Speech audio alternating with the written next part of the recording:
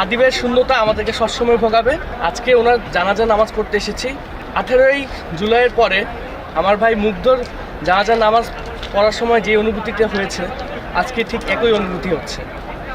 এবং হাদিবের শূন্যতা আমাদেরকে সবসময় ভোগাবে এবং হাদি ভাই যে ইনসাফের লড়াই শুরু করে গিয়েছে তা আমরা বাঁচিয়ে রাখবো এবং সেই ইনসাফের লড়াই আমরা চালিয়ে যাব ইনশাআল্লাহ।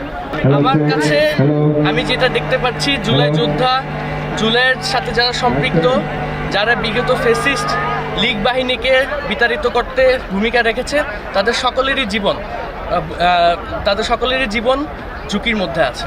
টানা তৃতীয়বার অর্জন করেছে দেশের সেরা সুপার ব্র্যান্ড স্বীকৃতি বসুন্ধরা টিস্যু। এটা প্রশাসনের এই বিষয়টি দেখার দায়িত্ব প্রশাসনের। এখানে আপনারা জানেন ফ্যাসিস্ট লীগের সাথে আরও বিভিন্ন এজেন্সি জড়িত আছে। সেই এজেন্সিগুলোও এইসব হত্যাকাণ্ডের সাথে জড়িত আছে, যেটা আমরা ইতিমধ্যেই প্রমাণ পেয়েছি। এবং আমাদের বিশ্বাস যে বাংলাদেশের প্রশাসন খুব দ্রুতই এই এজেন্সিগুলোকে শনাক্ত করবে এবং যারা এই হত্যাকাণ্ডগুলোর সাথে জড়িত আছে তাদেরকে যথাসময়ে আইনের আওতায় নিয়ে আসবে।